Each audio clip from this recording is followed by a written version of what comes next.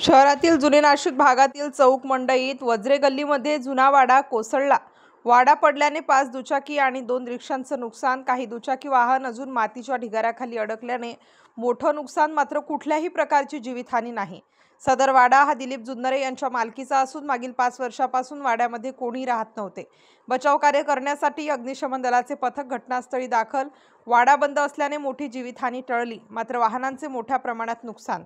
आम्हाला मुख्यालयात आता फोन आला की वाडा पडलाय चौक मंडई येथे। इथे आलो आम्ही, तर वाडा पडलेला होता आणि सुदैवाने इथं कोणी अडकलं नाही। फक्त गाड्या वगैरे होत्या इथं पार्किंग केलेल्या, तर गाड्यांचं नुकसान झालंय, रिक्षा वगैरे।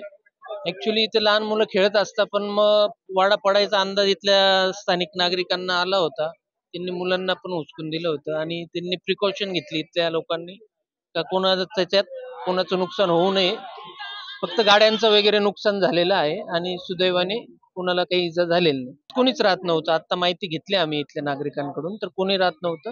बऱ्याच दिवसापासून बंद आहे, पण इथल्या नागरिकांचे असं म्हणणं आहे की आजूबाजूला पण पडायला आलेले आहेत वाडे, तर त्यांच्यावर पण कारवाई झाली पाहिजे, काहीतरी उतरवले गेले पाहिजे ते, असं म्हणजे भविष्यात असं काही घटना घडू नये याच्यासाठी विभागाकडे सर्व कळवलेलं आहे। बांधकामची टीम येतील, विभागीय अधिकारी वगैरे ते पाहणी करतील आणि